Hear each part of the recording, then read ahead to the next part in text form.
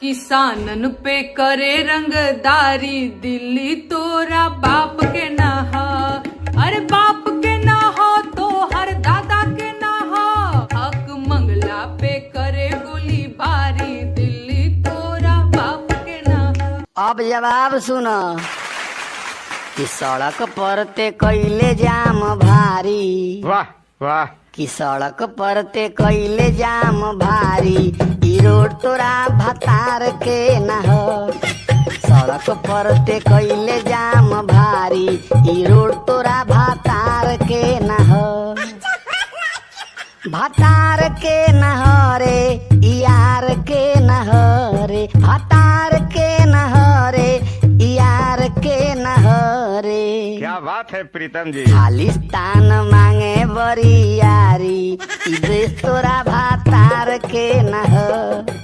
खालिस्तान मांगे बड़ी यारी, ई देश तोरा भतार के न हो।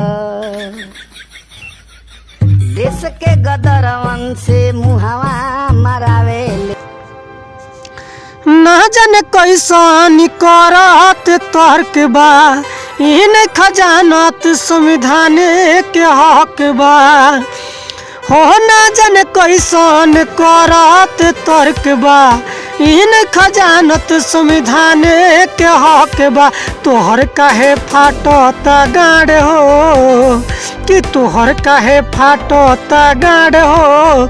गजदारन के सहार हो, तोहर काहे फाटत गाड़ हो।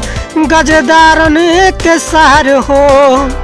दूसर का सुना, एगो बात हमरा ओरी से साफ बा, लागे मोदी जी तोहार बाप बा। हो एगो बात हमरा ओरी से साफ बा, लागे मोदी जी तोहार बाप बा। किसान खातिर भइला जला दे हो, कि किसान खातिर भइला जला दे हो। अंग्रेज के औलाद हो, तोहर काहे फाटत गाड़ हो। गजेदारन के सहार हो, कि तोहर काहे फाटत गाड़ हो। गजेदारन के सहार हो। बाटे दम अपन नस्ल चिन्हाव, किसान के हक खातिर वीडियो बनाव। हो बाटे दम अपन नस्ल चिन्हाव, किसान के हक खातिर वीडियो बनाव।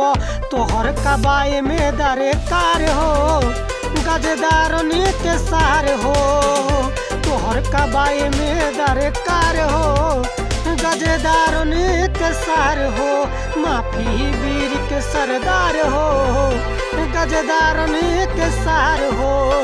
माफी वीर के सरदार हो, गजदारन के सहार हो। यार के न हो रे, खालिस्तान मांगे बड़ी यारी, ई रोड तोरा भतार के न हो। सड़क पर ते कैले जाम भारी, ई रोड तोरा भतार के न हो। यहाँ के बारे में वो लोग जानते हो कि यहाँ के एनडीए टीवी के एंकर रहनी, और यहाँ के तनख्वाह 1 लाख रहे।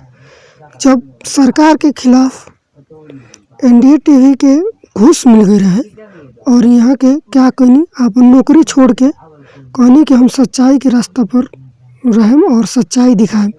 जनता के लोग के कभी हम साथ ना छोड़े, और यहाँ के अपन नौकरी छोड़ देनी। ऐसा पत्रकार किसान लोग के आंदोलन के साथ बनी, और ये चिरकुट देखिए कैसन कैसन गाना गावा था। सरकार के खिलाफ आवाज उठावल बहुत एगो संघर्ष और ईमानदारी की बात होला। जेकरा खून में आज़ादी के और देश के प्रति वफादारी हुई, वह आवाज़ उठाई सरकार के खिलाफ।